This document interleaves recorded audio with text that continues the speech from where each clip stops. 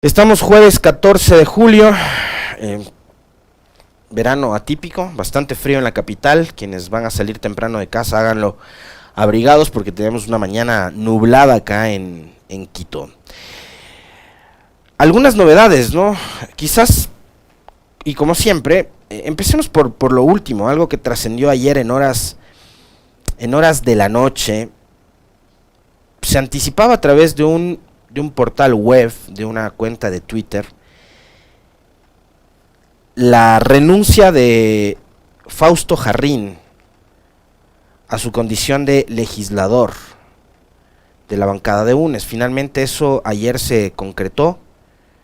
El asambleísta por Pichincha, elegido en la circunscripción de los cantones de Pichincha, ayer hizo oficial su renuncia. Posteó un comunicado que ustedes lo están viendo ahora mismo en pantalla, Fausto Jarrín, con un tuit que tenía el siguiente texto: con todo cariño para la militancia y con toda la humildad por mis compañeros, volveremos y venceremos, decía el tuit, y el comunicado que ustedes ven en pantalla.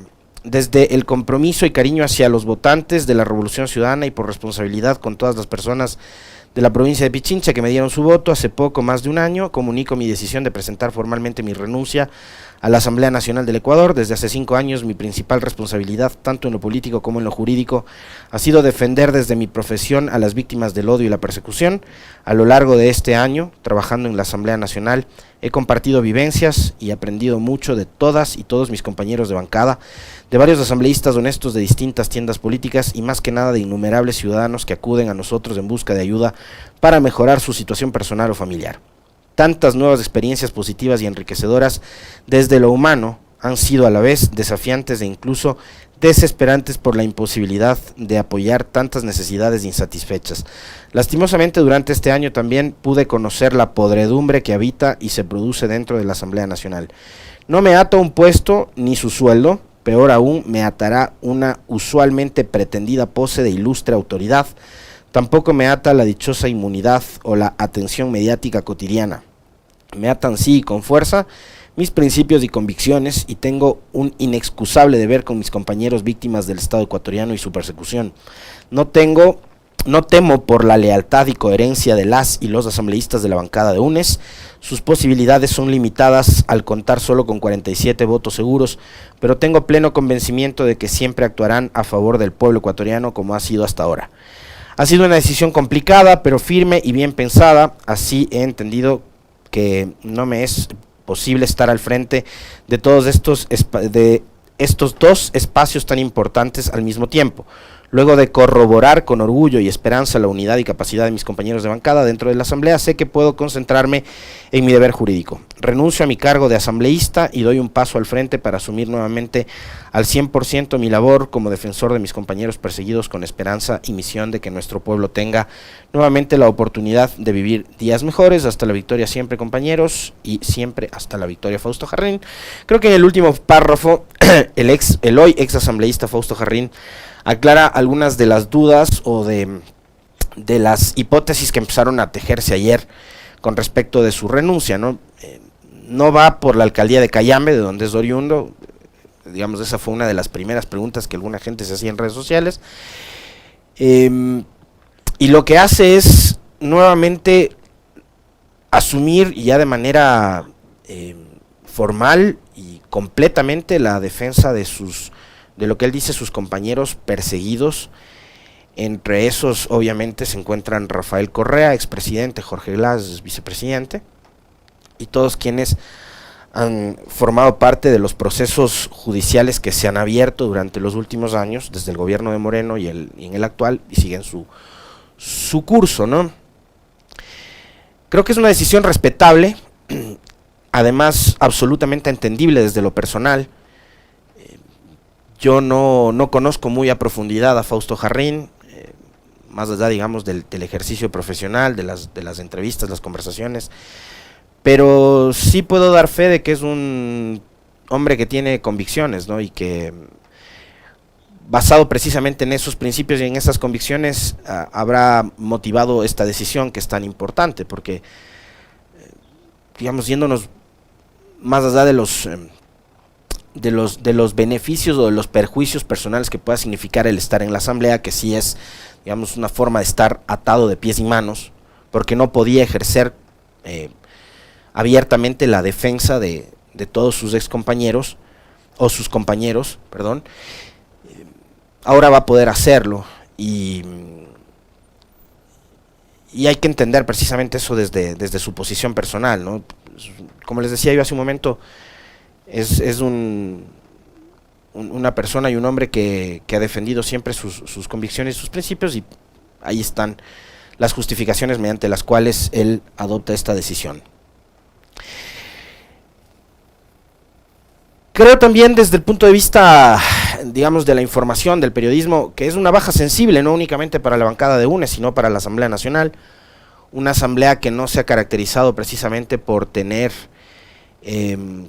digamos, no ha sido una regla, ¿no? El que de 137, más bien cuadros como el de Fausto Jarrín, el de Pavel Muñoz, de Juan Cristóbal Zoret, de Mireya Pazmiño, Patricia Sánchez, Henry Kronfle, por citarles de diferentes bancadas también, terminan siendo excepciones, ¿no? No ha sido una regla tampoco que los 137 han sido unas lumbreras, ¿no? Siempre hay excepciones. En este caso las excepciones en realidad han terminado siendo pocas, ¿no? O sea, les acabo de dar algunos nombres de legisladores que son realmente destacados en una asamblea que tiene números muy bajos de aceptación, de credibilidad, de confianza ciudadana. Y una asamblea que desde el principio sufrió algunas bajas.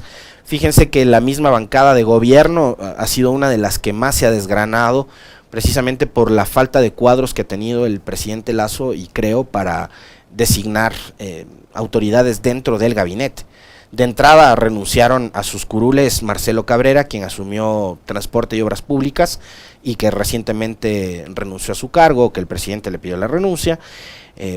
Renunció también a su curul César Monge, quien asumió el Ministerio de Gobierno y que lamentablemente pocos días o meses después de haber asumido funciones falleció. Él padecía de un cáncer bastante agresivo, una afección muy muy dura y difícil en su salud, de la cual no pudo superarse nunca. Después Francisco Jiménez renunció a su curul y asumió también el Ministerio de Gobierno. Entonces vean ustedes cómo el propio movimiento Creo ha ido sufriendo bajas. A eso se suma la renuncia de Diego Ordóñez, también de Creo, quien asumió la Consejería de Gobierno, que fue una renuncia bastante extraña, ¿no? Porque dijo, me voy porque yo no me siento atado a ningún cargo público, y 2 o 3, que 2 días después, un día después apareció como consejero presidencial atado a un cargo público del gobierno, en el Ejecutivo esta vez, ya no en la Asamblea, ¿no? Y después, claro, estaba la renuncia de César Ron, primero del Partido Social Cristiano, después se separó de esta tienda política, se declaró independiente y finalmente renunció diciendo que el nivel de la asamblea es muy bajo. Ahora viene lo de Fausto Jarrín por cuestiones de carácter personal y profesional. No es que se va a dedicar a sus actividades privadas como abogado, sino que retoma sus actividades particulares sí como abogado, pero para poder ya a tiempo completo dedicarse a la defensa del expresidente Rafael Correa y de todos sus compañeros de militancia y de partido que hoy están enfrentando procesos judiciales. En adelante seguramente y en los próximos días estaremos viendo cosas similares. ¿Por qué? Porque entiendo que algunos de los actuales legisladores van a optar por candidaturas en las elecciones seccionales que se avecinan en febrero del 2023. Creo que para nadie de ustedes es un secreto, lo dijo aquí en estos micrófonos hace algunas semanas atrás en una entrevista que mantuvimos la prefecta de Pichincha, Paola Pavón, que como su compañero de fórmula para la alcaldía de Quito iría Pavel Muñoz, quien es actualmente asambleísta por Pichincha, la circunscripción de las parroquias. Entonces quizás en los próximos días también estaremos presenciando, si es que ya se concreta y eso finalmente es un hecho, la renuncia de Pavel Muñoz a su curul, quien optaría por la candidatura a la alcaldía de Quito, y quién sabe si otros legisladores, no únicamente de la bancada de UNES, sino de otras bancadas más, también se separan de sus funciones como legisladores y terminan candidatizándose en las próximas elecciones seccionales, ya sea para alcaldes en sus cantones o para prefectos en sus provincias, ¿no? Lo cual, digamos, también forma parte de este mundo de la política. No es la primera vez que va a ocurrir, pasó antes, fíjense en el periodo legislativo anterior, Yunda, que era asambleísta por Alianza País, el asambleísta hijo de padres divorciados, así se declaró Yunda, cuando se distanciaron Moreno y Correa, renunció para asumir la candidatura a la alcaldía de Quito, la cual finalmente ganó. Luis Fernando Torres hizo lo mismo para optar por una candidatura en las seccionales, se lanzó para alcalde de Ambato y perdió dicha elección. Me parece que intentó lo mismo Carlos Falqués en Machala, en la provincia del Oro, pero él corrió con la misma suerte que Luis Fernando Torres y perdió también esa elección, y así algunos otros. Esteban Bernal, quien hoy es ministro de Inclusión Económica y Social, renunció a su curul para optar por la candidatura a la prefectura de la SUAY, la cual perdió contra Yacu Pérez, que finalmente terminó siendo electo como prefecto de la SUAY. Y así algunos otros ejemplos, ¿no? que podríamos irlos mencionando, citando, y que, digamos, forma parte de esto, ¿no? de la dinámica de la política. Ustedes siéntanse en absoluta libertad de cuestionar, ¿no? Sobre todo como electores, o sea, si confiaron el voto en determinado personaje para que los represente en el Parlamento y después ese personaje decide renunciar al cargo para optar por otra elección y quizás utilizó a la legislatura como un trampolín político, ya, digamos, están ustedes como ciudadanos y como electores en absoluta libertad de cuestionar y de criticar ese tipo de actitudes. Para mí es y forma parte de la dinámica política, no hay ninguna prohibición en ese sentido, es decir, que usted, siendo, en el caso de un legislador, una autoridad, una dignidad electa en los comicios legislativos y presidenciales, nada le impide de que pueda renunciar a ese cargo para optar por una candidatura seccional. No hay ningún impedimento legal, por lo que es absolutamente legítima incluso la aspiración que pueda tener cada uno de los actores políticos que así lo decidan. Y ya que estamos hablando de las seccionales, ¿qué les parece si conversamos un poco sobre lo que está pasando acá en Quito? Porque en esta última semana se han dado muchos movimientos y anuncios con respecto de posibles candidaturas a la alcaldía de Quito, sobre todo, ¿no? Que es una ciudad que está en una suerte de caída libre. Quito desde el 2014 no encuentra un horizonte. Quito. En el 2014, todos ustedes saben quién ganó Mauricio Rodas. ¿Cómo lo hizo? Me parece que vale la pena también recordarlo antes de empezar a hablar de los acontecimientos de estos días, o mejor lo atamos después a lo que está pasando hoy día. Pero a ver, en esta semana, y algo que me llamó la atención, no sé si la Meli puede compartir la fotito de una rueda de prensa que se dio en estos días. La organización Participación Ciudadana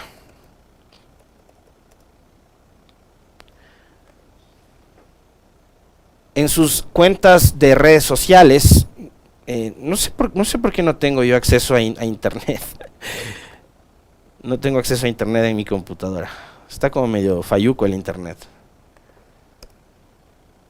Voy a ver si refresco para poder leer acá de cerca, porque si veo en el monitor no alcanzo a leer.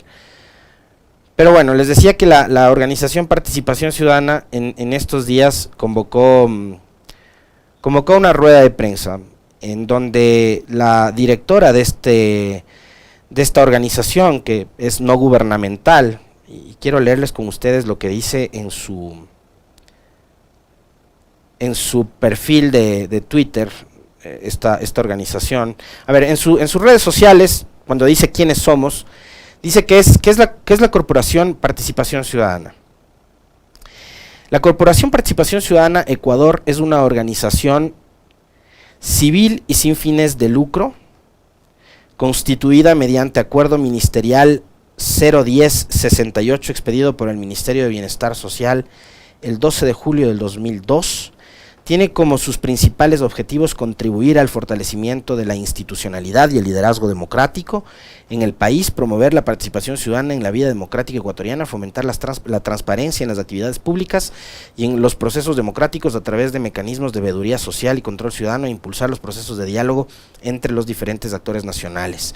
La misión de participación ciudadana junto a otros actores sociales es parte activa de un movimiento ciudadano que ejerce sus derechos y contribuye a fortalecer la institucionalidad democrática y la transparencia en la vida pública. La visión es que anhelan un país con identidad, justicia, institucionalidad democrática, participación ciudadana y transparencia, y los objetivos que han marcado la trayectoria de la Corporación Participación Ciudadana han sido y son contribuir al fortalecimiento de la institucionalidad democrática en el país, promover la participación ciudadana en la vida democrática ecuatoriana y la transparencia en las actividades públicas y bla bla bla.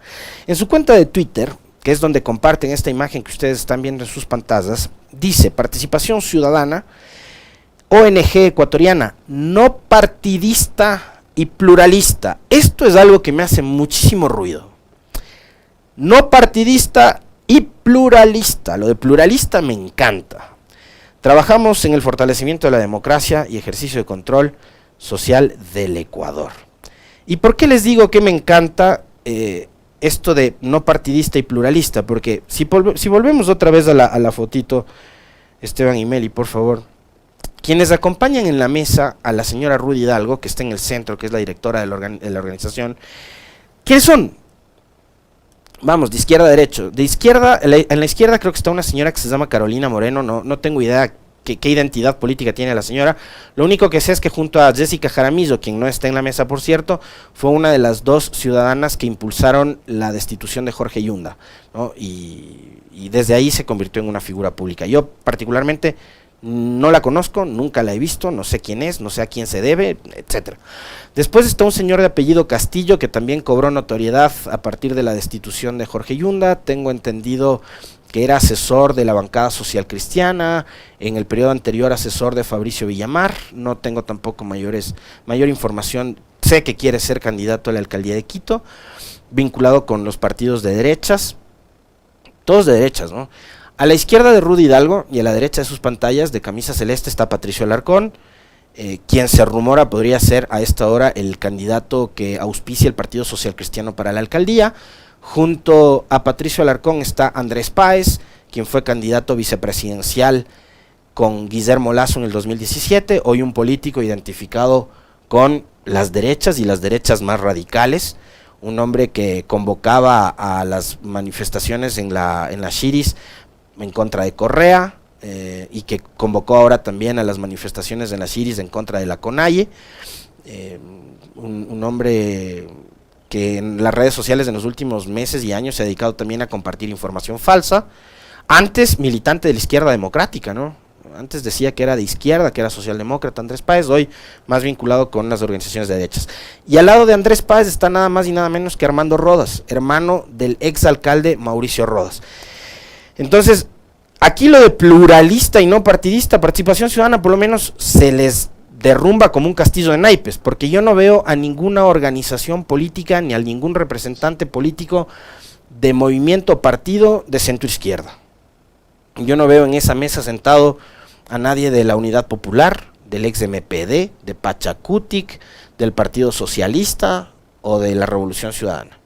Entonces yo lo que de entrada veo es que la organización Participación Ciudadana, que supuestamente se vende como un organismo no partidista y pluralista, bueno, pues de pluralista tiene lo que yo de hincha del Barcelona de Guayaquil, o sea, nada. Porque están claramente identificados todos y cada uno de los personajes que aparecen en la foto junto a Rudy Hidalgo. Luego, cuando yo veo esa foto y entiendo cuál es el rol que están tratando de jugar tanto Participación Ciudadana como muchos otros actores desde espacios del periodismo, por ejemplo, portales digitales, que también jugaron un rol muy importante en la caída de Jorge Yunda y en el proceso de destitución de Jorge Yunda, es obviamente actuar como operadores políticos para lograr una candidatura de consenso que vaya del centro hacia la derecha y que impida claramente o el regreso de Yunda a la alcaldía o el triunfo de la Revolución Ciudadana en unas elecciones que se avecinan, que son las de febrero del 2023. O sea, yo lo que veo ahí, me van a perdonar, lo voy a decir sin ningún tipo de tapujo ni de restricciones, es que la intención tanto de Participación Ciudadana como de periodistas y de medios de comunicación que están plenamente identificados con todos los personajes que estaban en esa mesa, es evitar o que gane Yunda la alcaldía, o que la Revolución Ciudadana gane la alcaldía de Quito. Entonces, ahí por lo menos yo no veo una intención de fortalecer la democracia, como dice que es la visión o la misión de este organismo no gubernamental, que es Participación Ciudadana, porque la participación ciudadana, participación de todos. Fortalecimiento de la democracia, que participen todos, sean de la tendencia política o del partido que sean.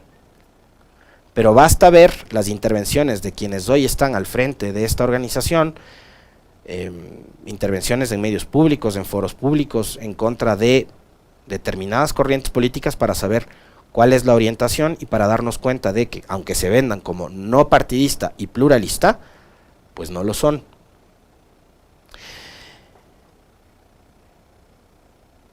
Mauricio Rodas, en el 2014,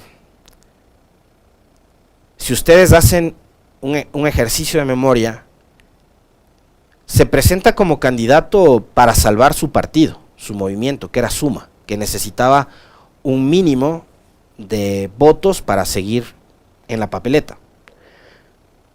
Punto 1. Punto 2. Es lamentable que se siga viendo a la alcaldía de Quito como una plataforma política y no se vea a la ciudad como lo que es hoy en día, la capital de la República, una ciudad que necesita de urgencia un proyecto a largo plazo que beneficie a todos los habitantes de la urbe y no que se convierta únicamente en el botín del partido o del alcalde de turno. Y ahí hay muchísimas cosas para comentar. ¿Y por qué les decía yo que se utiliza la alcaldía como una plataforma política? En el 2014, cuando Rodas gana la alcaldía, él venía de ser, en el 2013, candidato a la presidencia de la República. Y fue un candidato a la presidencia, por lo menos, convertido en una suerte de sorpresa, ¿no? Porque en esa elección del 2013, que Correa la gana en primera vuelta, Rodas alcanza un resultado muy interesante, queda en cuarto lugar, con una votación ciertamente baja, ¿no? Correa gana en primera vuelta con 57.17% de votos. En segundo lugar, muy de lejos, queda Guillermo Lasso con el 22.68%. En tercer lugar queda Lucio Gutiérrez, que era expresidente, ¿no? Esa, ustedes recordarán, Gutiérrez ganó la elección del 2002, con 6.73%, y en cuarto lugar, por encima de Álvaro Noboa, de Alberto Acosta, de Norman Ray, que ya eran personajes que venían haciendo política desde mucho antes, este personaje novedoso, nuevo, como es Mauricio Rodas, alcanza el 3.90% de votos, 335.500 votos, una votación sin duda interesante, que es, fíjense, cuarto puesto, igual que Javier Hervas, que el cuarto puesto a Javier Hervas le deja en una posición muy expectante, ¿no?, con respecto de la última elección presidencial. Lo mismo pasó con Rodas. Entonces Rodas utilizó, digamos, esa elección como para darse a conocer, para ponerse en el escenario público y político, y finalmente se postula para alcalde de Quito en el 2014. Le gana la elección a Augusto Barrera. Y ustedes recordarán también que antes de que él decida ser el candidato por Suma, le habían propuesto a Esteban Paz que acepte la candidatura, y finalmente él no la aceptó. Rodas gana, hace una alcaldía más que mediocre, mala, pésima, una administración en la que Quito perdió el rumbo. Y ahí tiene mucho que ver, por ejemplo, Jaime Durán Barba, que fue el asesor, el consultor político, que hizo una muy buena campaña, porque hay que reconocerlo, o sea, para hacer campañas excelentes. Muy buena campaña la de Rodas, sí, muy buena campaña, por eso ganó, los resultados están ahí, ganó la elección para la alcaldía, pero también hay que ver los resultados de lo que fue su administración municipal, un desastre. Quito perdió el rumbo. Y desde ahí, Rodas, después viene Yunda, gana Yunda con algo que está pasando hoy nuevamente. Gana Yunda, pero gana por él. No gana porque detrás de él hay un músculo político de una organización de base ni nada. Gana él porque también hace una campaña interesante y una campaña muy popular. Pero gana a través de los denominados partidos de alquiler. ¿Y quién fue ayer, Meli, si tenemos ese video, quién fue ayer el primero en lanzarse al ruedo como precandidato a la alcaldía de Quito, sin tener partido? No sé si tenemos el video listo, por favor.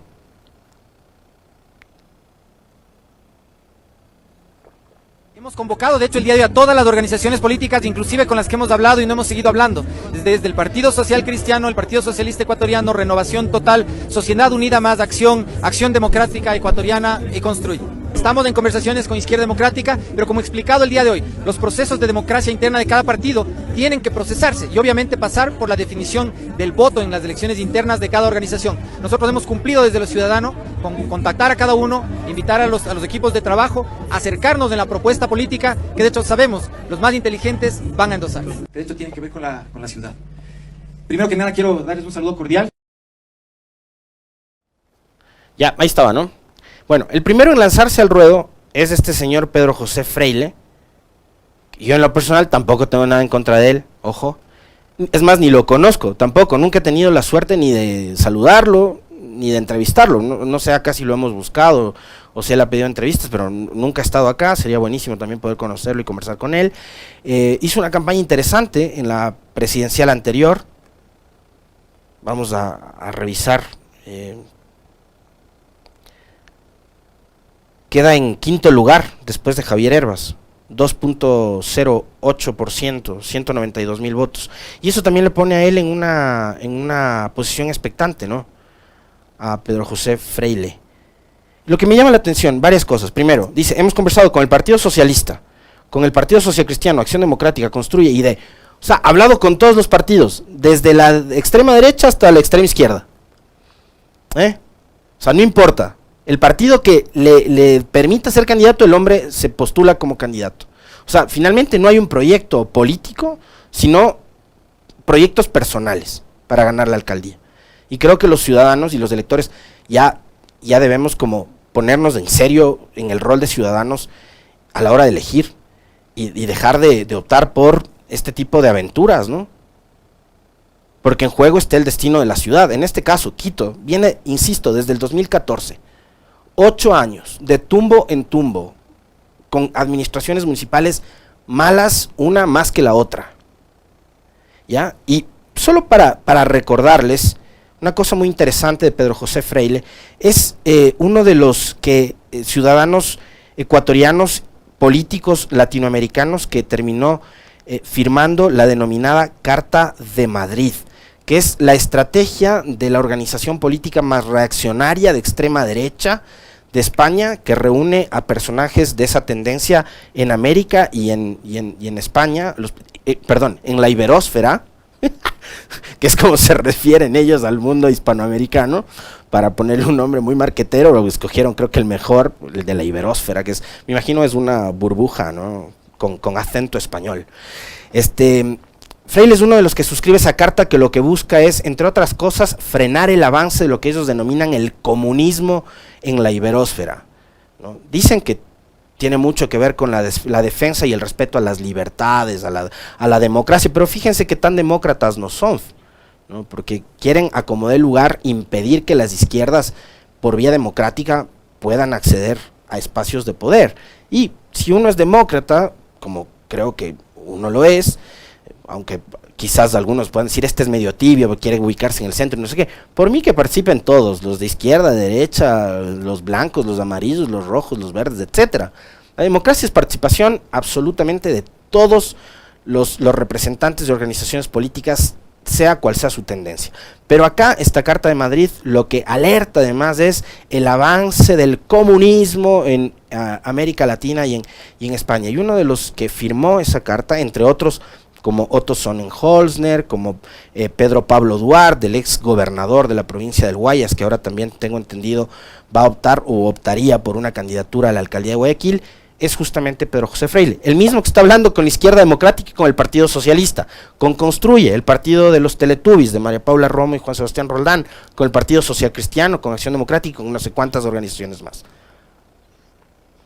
Y aquí el llamado es a los ciudadanos. Finalmente, el que se sienta en el municipio como alcalde no llega ahí de casualidad, ni Rodas llegó de casualidad, ni Yundas llegó de casualidad. Somos nosotros, los ciudadanos, los que vamos a votar. Por eso, siempre el llamado también a la ciudadanía a la hora de votar, por favor, hagamos conciencia, estudiemos, analicemos, no terminemos eligiendo al que hizo el mejor TikTok. Ya vemos cómo nos fue por votar a través de las tendencias del TikTok.